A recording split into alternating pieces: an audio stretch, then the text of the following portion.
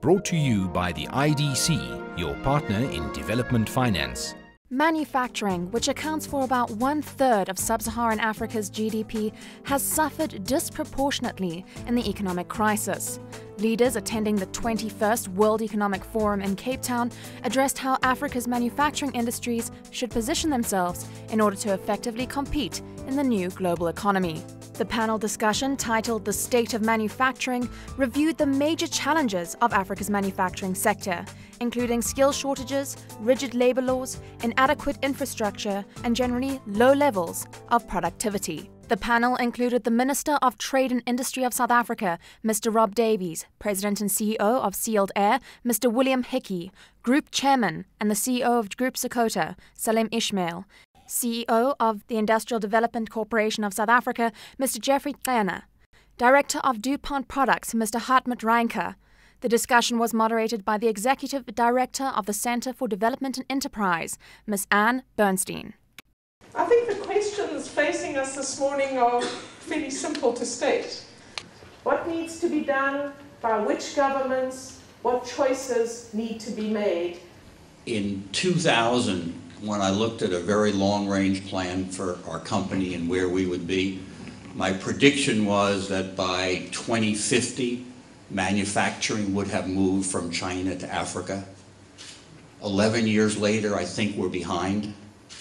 I think 2050 becomes a challenge. I still think it's doable, but there are a number of issues that Africa as a continent and South Africa as a country and all the other countries in Africa should address. And I think the handicaps to become the manufacturing center of the world in the next 40 years are quite numerous. The growth of manufacturing sectors in Africa is stunted by numerous challenges, burdened by the fact that the continent is made up of 54 different countries that need to learn to work together. There's an education deficit. There are rigid labor laws. Particularly for South Africa, the supply and price of electric energy. Internal transport. If you think about how Africa is designed, most of the transport hubs go from the center of the continent out to the sea. Internal transport within Africa is cumbersome and expensive. Productivity, as mentioned. The focus on exporting commodities rather than building up the value chain. We actually really seriously need to engage much more effectively on questions like training. Training which is much more closely related to industrial needs. With 70% of the unemployed between the ages of 18 and 35, the emphasis of the discussion was on the matter of skills shortages, addressing the need for the mobilization of young people in training programs. The observation for us is I think a couple of panelists have raised it, the issue of skills. We take some of these things for granted. We've seen the amount of time it takes for us to finance skills. I think it's evident that some of the things that we take for granted here are not necessarily there in some of the African countries.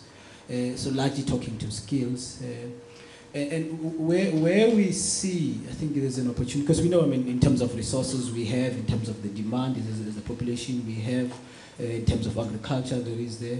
But where we see an opportunity is for true partnership. Even in here in South Africa, where I think our economy is largely developed relative to the others.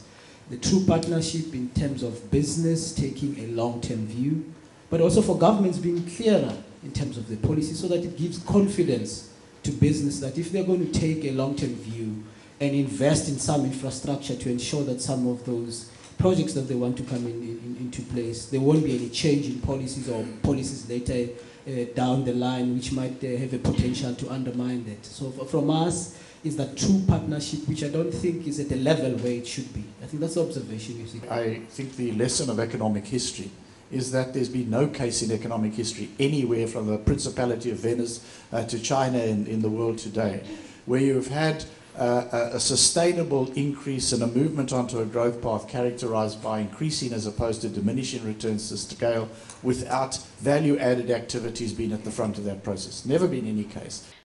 The Minister of Trade and Industry of South Africa spoke about the direction which the continent needs to move on in terms of industrial development. There is a project which is now under discussion. It's gone through a very promising pre-feasibility study, is now in a feasibility study. Is to transform rare metals sands into rare metals, to produce things like titanium, zirconium, and other related products. And you know what? This is what the study is telling us. At the moment, we get $440 a ton from selling the sands. If we turn it into titanium sponge, which is the very lowest level of beneficiation, we get 4,000.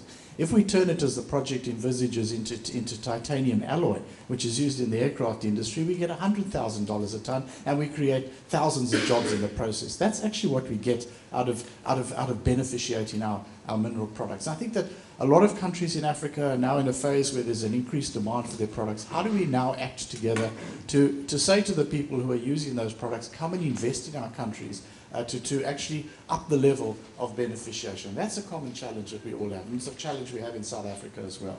The second thing is that most of the industrial development in Africa has been low-tech. It's mostly been clothing and textile industries, and it's been food processing. But food processing is actually also an area where we can grow jobs. We produce quite a lot of agricultural products which we don't actually process.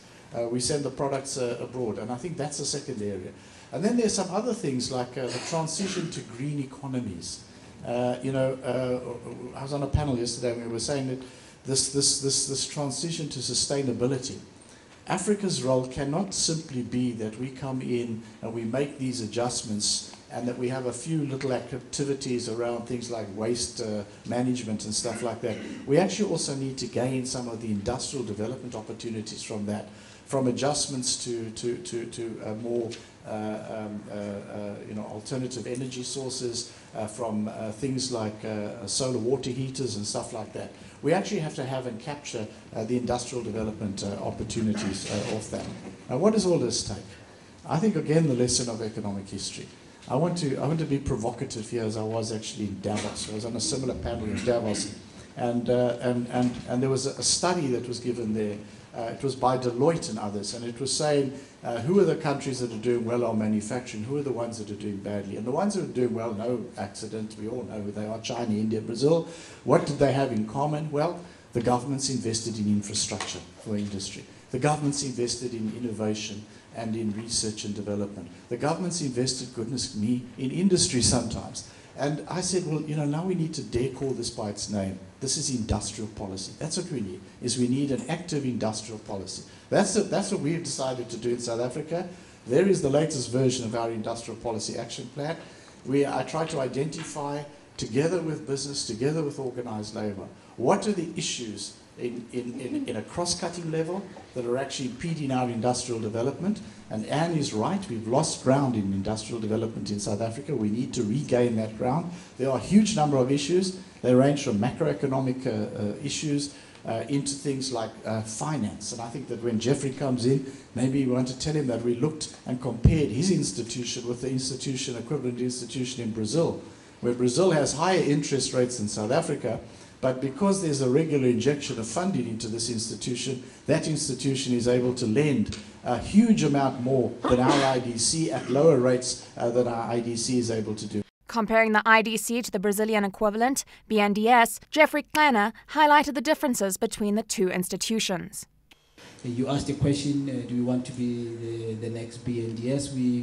We've engaged with BNDES and tried to pick up some of the wins, and we've modeled some of our processes against that, because they've been very instrumental in Brazil in development of that economy, and there are parts that we've learned and we can copy and reproduce here in South Africa, but we also know that the level of support that our government will be able to provide will not necessarily be the same level as what the Brazilian government is able to do. So we're picking up those that we. But for us, for me, the starting point is that we should have true partnership. It can't be government on its own.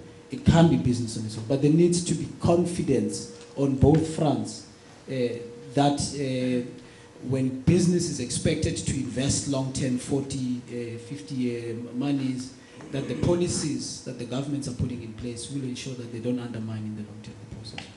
Looking at other countries' industries as case studies, Salim Ismail spoke of Group Sekota's investment in Madagascar. We are confronted today to a very unprecedented opportunity.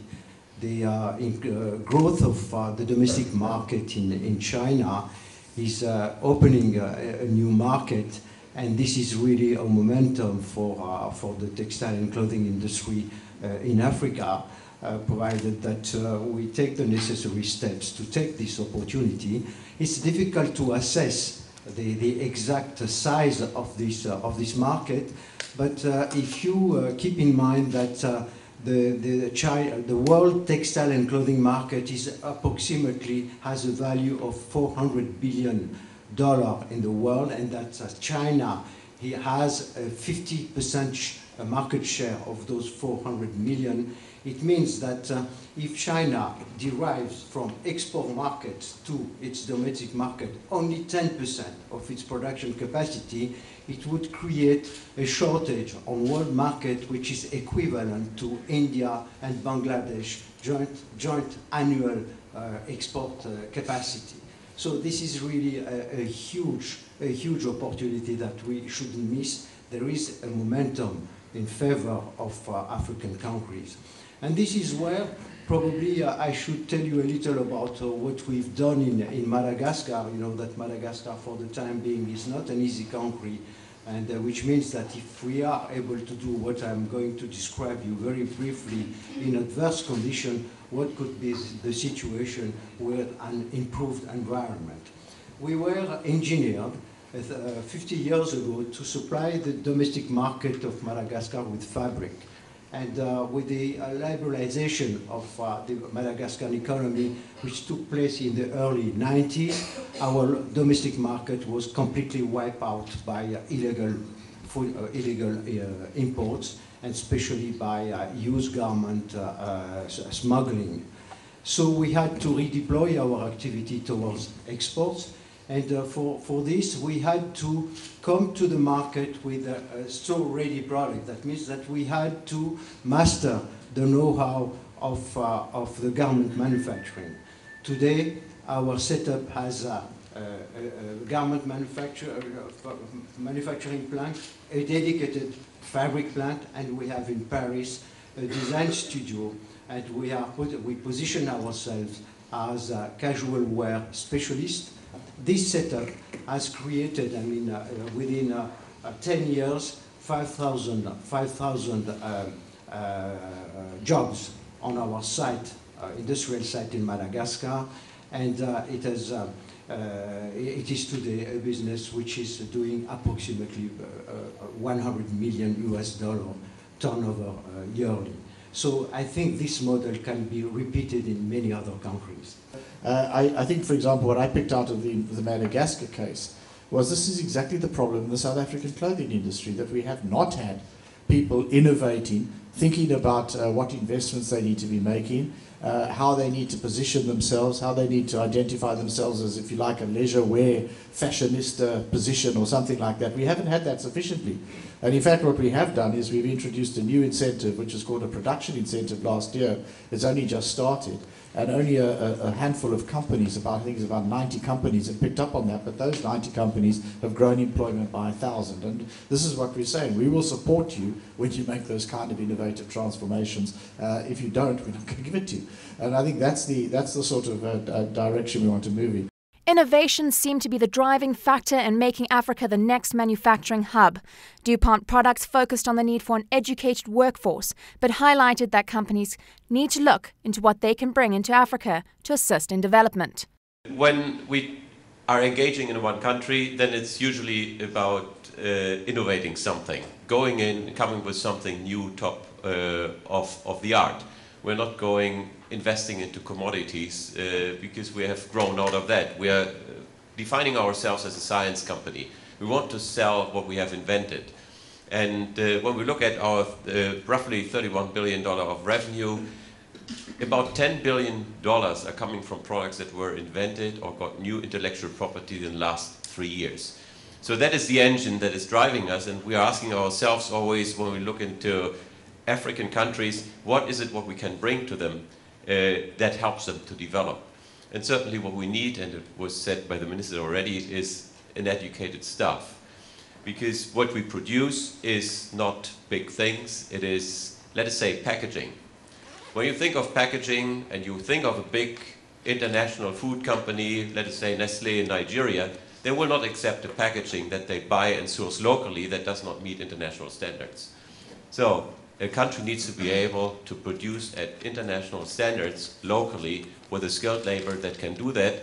And we are certainly willing to invest into that together with the tier 1, tier 2 suppliers who are willing to put their money in, who are willing to put their effort in, and we can put the education in, and together we can serve a big international customer who then has a local and an African market around. So that is the model that we are looking after, and that does not mean we come in and create immediately a big industry. That starts somehow small, and it has a ripple effect because we are servicing other industries. It helps to increase the standard because let's stay with the example of Nigeria. Once you have a big company like Nestlé, a lot of others will follow and will be supplied from there as well, and it increases their standards as well. That is not something that happens overnight. So what we are looking for is certainly academically educated people who can run the site. You need the accountants, you need the customer service representatives, but you need also the people on the line that know what they do. You need to educate them, they need to be able to read, to listen, to think about what they are doing, to be productive. And then we're coming to the issue of wages you were talking about. At the end, it's not a question if the wages are low or high. They are always a balance, or they come as a calculation out of productivity. So if you take a productivity and productivity is high, the wages are increasing, and that is what we're seeing in China actually. The workers participating in the higher productivity. That is at the end what is happening. That means they are producing more in less time, and so they are participating in that. If I'm not skilled and I cannot be very productive, then usually the wage is low. So I think we cannot use the wages as a means to say they are low, therefore there will be investment. If the productivity is missing, then it will not work. Although wages in South Africa are low, it seems that the question of productivity is something equally important. In China, the wages are higher, however, they are able to produce more in less time. I think the point on productivity is very key. It's not only the level of wages. I think there's observation has been made that the level of wages in African countries is low, but we don't see that the level of manufacturing, but it comes to productivity. Apart from labour wages, the minister also addressed the challenge of rigid labour laws and encouraged companies to invest in the future. We need to try to work with companies, encourage companies and support companies to think long term. So for example, in the work on the new growth path, this is what I think is a very important initial piece of work out of the dialogue on precisely the question of training. We have got some commitment from business that they will train beyond their own individual company needs, which I think is an important thing. And the second thing, we've got a commitment from Labour that Labour will regard those people who are in those programs as trainees and not as employees. And I think that's also addressing the question of the labour market. I think this is a huge, blunt and quite inappropriate phrase. We have rigid labour law in South Africa. There have been lots and lots and lots of studies that say this is not so. Are there particular challenges around maybe the entry of young trainees into programs with labour law? Can we address that? That's a different kind of story, and I think we can address that, and we've started to address that in the framework of the social dialogue around the growth path. We've set aside 10 billion rands over 5 years, offering that at Prime Ministry to encourage people to employ more people, and they can be able to have access to that facility. And it can go for 5-7 years, depending on how the business is. And when more and more business, particularly when they invest in rural areas or in townships, there are incentives in terms of our lower cost of funding which we provide. As far as investing outside of South Africa, there's more a concerted effort from our side on the infrastructure in particular. because we've seen that's one of the other areas which makes it difficult for some of those investments to be able to come to fruition. Also, we do partner, and we do, in most cases, in fact, attract other development finance institutions to co-invest in some of these projects, because we know some of them, the size really is such that they won't be able to do them on their own.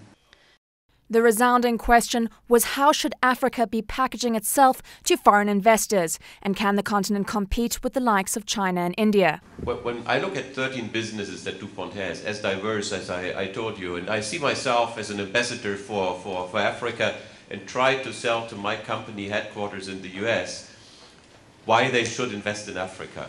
And I need a good argument for that, and for our businesses as well to come here. And what has worked very well for big countries like India or for China is that they had created a value proposition for themselves. China is a workbench, India saying we are science-driven and innovation-driven and go into the service sector. Brazil has pointed itself into the ag sector and supplying the world with protein. When I have to do that for Africa, I still struggle a little bit. It's a lot of countries, we have discussed that already. But there are economic zones. I think they need to develop themselves into bigger units. If I can divide Africa by 4, and every economic zone has a value proposition that I can go for, and say that is what you can do here, it would be much easier. What we've got is, as a continent, we've got bargaining power. We are the ones, we are producing the mineral products that the other developing countries need. I mean, here's an example of Brazil. Brazil negotiated recently a long-term iron ore supply contract against the investment in a steel plant. Now, I'm not saying it's necessarily the same thing, but that we all need, but that is the kind of direction. And what we have done, and I think on the whatever's happening on the multilateral plane, and the WTO is pretty much in huge difficulties at the moment, as I think everybody knows.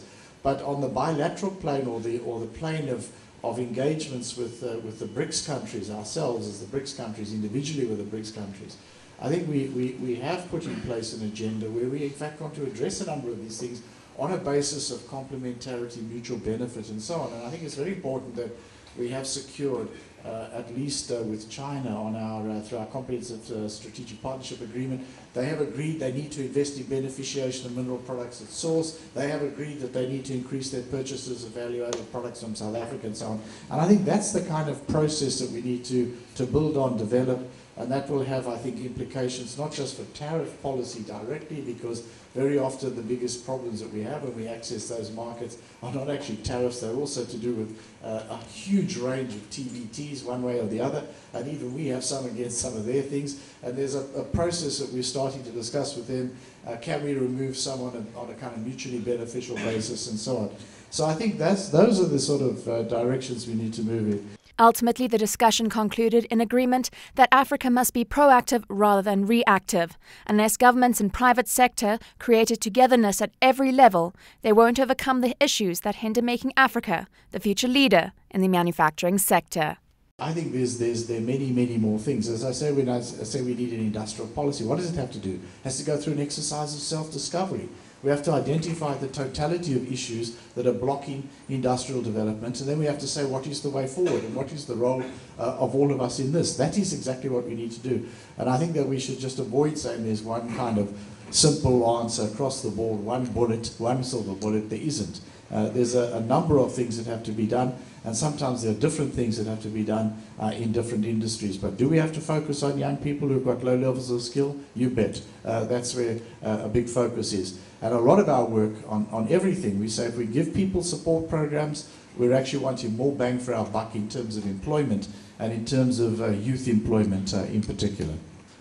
I think all of those issues have to be tackled over the next 40 years or sooner in order to move manufacturing upscale in the next several decades. I know of one company, and only one at this point, that has moved their manufacturing operations from China to Africa. I thought that would be the tipping point, but that was 6 years ago, and I know of no other customer of ours that has moved their manufacturing from China to Africa. But I'm hopeful, we're prepared to invest, and we're prepared to help the continent and South Africa and the other countries to overcome those issues. But we need support. We need support from the educators of the continent and the governments of the continent and the NGOs that can help us work through those issues. We are at this critical moment where Africa needs to seize this opportunity, and that we need to not only seize the opportunity because it's there, but also because it's absolutely necessary if we're going to consolidate this growth spurt that we have now into sustainable development. Manufacturing was a top talking point at the 21st World Economic Forum in Cape Town, where private sector and government came together to discuss how best to seize the opportunity of the industrial boom. How to sell Africa as a top destination to business investors.